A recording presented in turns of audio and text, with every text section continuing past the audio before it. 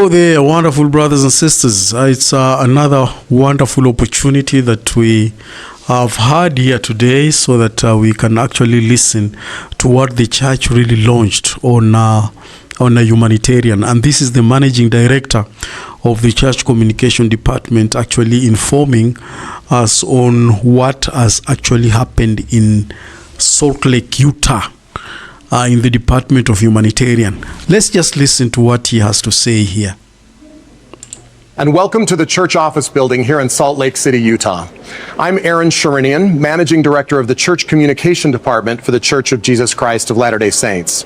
And today we launched the Caring for Those in Need 2025 report, which details the ongoing global humanitarian, welfare, and self-reliance efforts of the Church of Jesus Christ of Latter-day Saints to strengthen individuals, families, and communities around the world. On behalf of the church, we're honored to convene a distinguished group of humanitarian leaders who are here to share all the ways we're collectively navigating global aid and relief efforts amid conflict and displacement, amid food insecurity, and rising malnutrition. Together, we're focused on practical, compassionate solutions that save lives and build long-term resilience.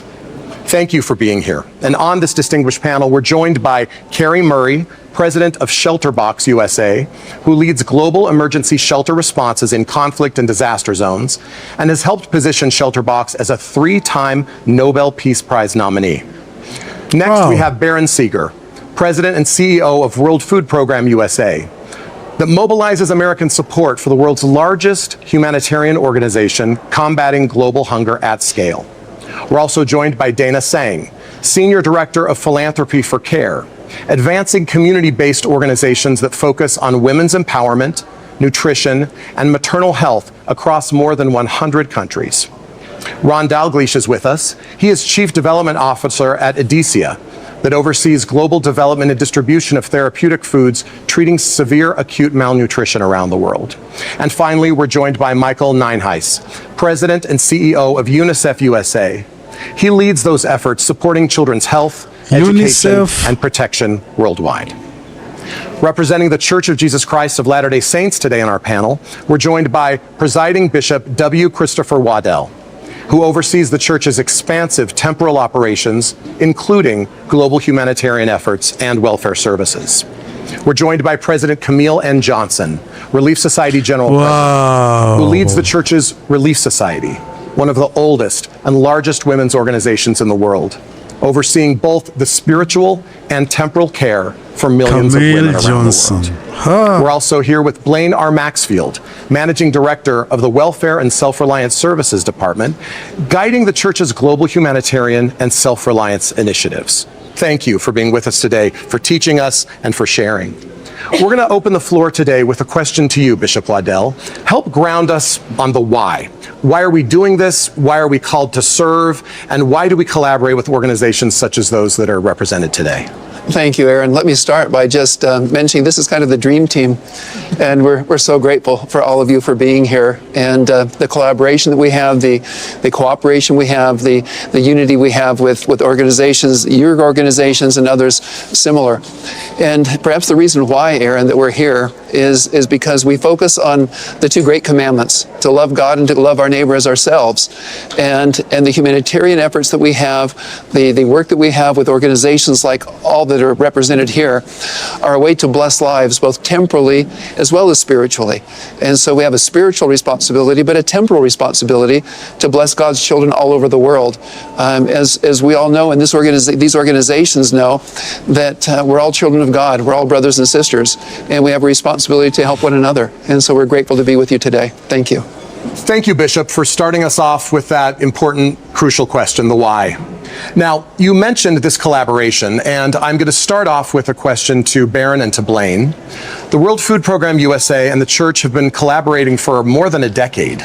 And in that time period, what are some of the biggest takeaways or lessons learned that you can tell us about from that collaboration? Blaine? Thank you for that question. And I feel like I could go on and on with all of these that are here representing various organizations, but I'm thrilled to share this moment here with Baron. And as you did mention, we do have a long-standing relationship with World Food Program, more than a decade, and have touched more than 1 million lives in our collaborative efforts together.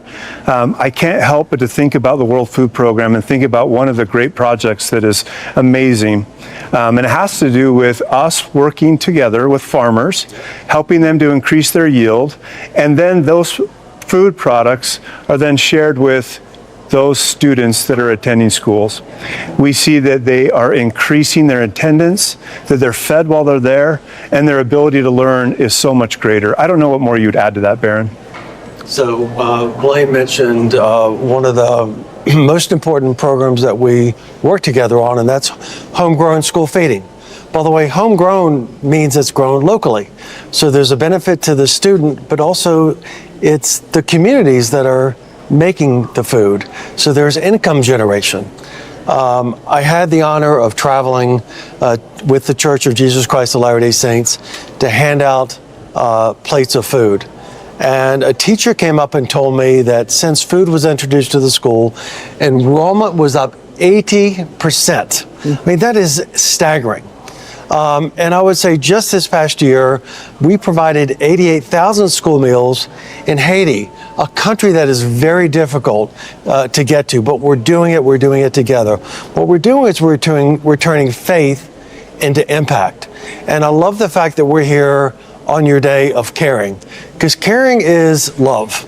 And what we're doing with the World Food Program through the collaboration with the Church of Jesus Christ of Latter-day Saints, we're showing that love through a plate of food, through a healthy, nutritious plate of food, whether it's a family in conflict or whether it's a student that wants to be educated, because they have the same dreams that you and I do. We're providing them more of a hand up than a handout.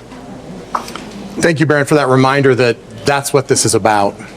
Now, one of the things that's discussed a lot, whether it's in the media or among experts, is scale when we discuss these important issues.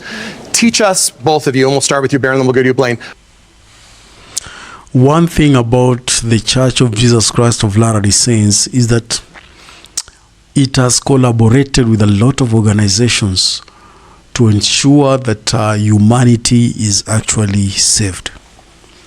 Like matters to do with relief, I have seen President Camilla Johnson, that is the Relief Society General President. You know, the kind of work he has done with the UN, you know, and she's very sensitive with children. She's also very, very sensitive with children, and she has introduced a lot of programs about children nutrition and all that, because I've seen it in Nairobi. Some of those things are really, really happening, and this is so beautiful to note that the Lord can touch the hands of people only if those who've been given the responsibility are worthy men and women of God. Worthy men and women of God.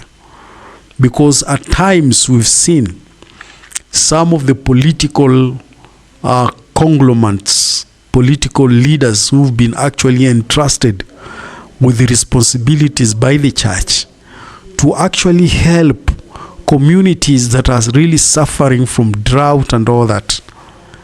But quite unfortunately that help does not even reach those communities, simply because this man decided to take what was given to him to help those communities, and he converted it to his personal business, or even ended up only focusing on his tribe members, which is sad and pathetic, which is sad. Because what the church does, it does things out of a good will. And the Lord has chosen very able men and women to actually ensure that the children of God in this world actually, you know, experience or see the touch, you know, they feel the touch of the Master's hand through these services. But somebody ends up now not doing what they are required to do. You know, and these are some of the challenges we've had with some communities who are really, really going through serious hell. people who need these services. But the problem is that the people who've been chosen, or the people who've been given this responsibility by the church to ensure that they reach the community and administer, the welfare or the humanitarian aid, these people, some of them, sorry to say, some of them are a disappointment. Some of them are actually a disappointment. And I'm so sad to say so, because we've had different investigators from different communities and what they've gone through. But you see, you end up realizing that this aid was given to these people. Even you see it in news.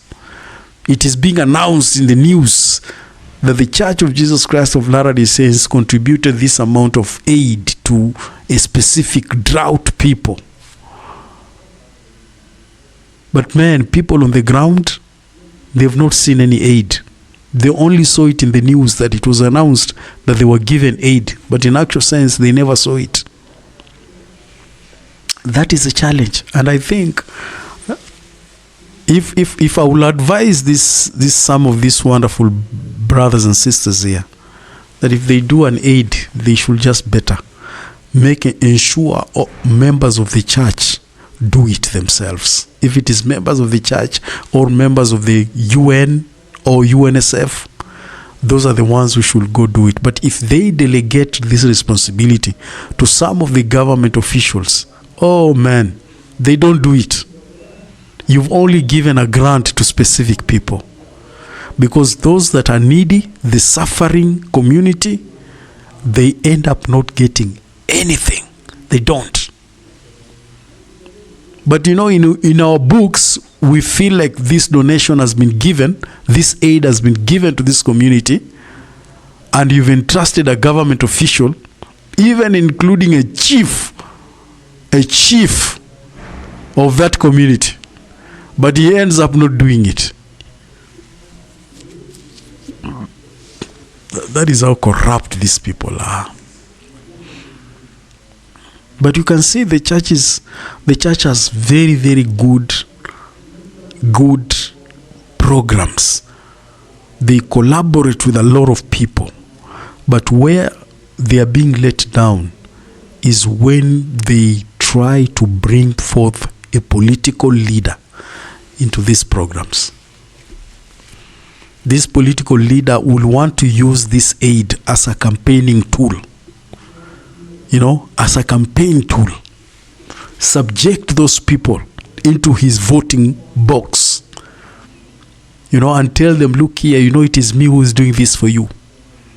It is me who is doing this for you. Your government has forgotten about you. When we know very well this is not even him. It is the program of the World Food Program and the Church of Jesus Christ of Latter-day Saints. And they've actually entrusted him, being a member of parliament from that area, to go and administer this thing. But he goes back to his people and he tells them otherwise.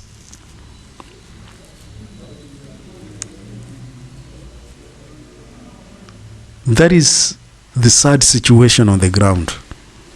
That is the sad situation on the ground. But I will feel if next time they will want to do any administering, please either take members of the church or members of the World Food Program, let them go do it themselves on a private basis. Don't involve any politician.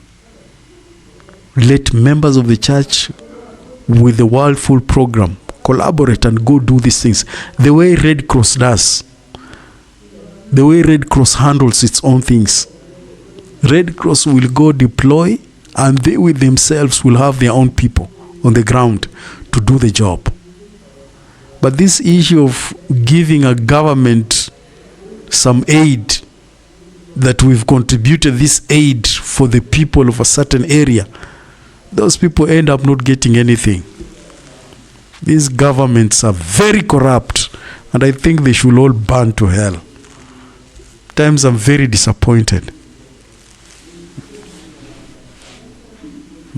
They are given monies to go help people. They are given aids to go help people. What they do is that they go give it to their tribesmen, or even,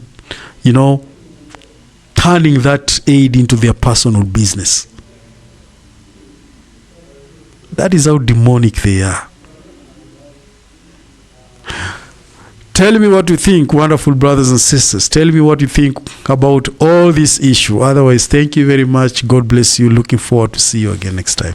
Thank you.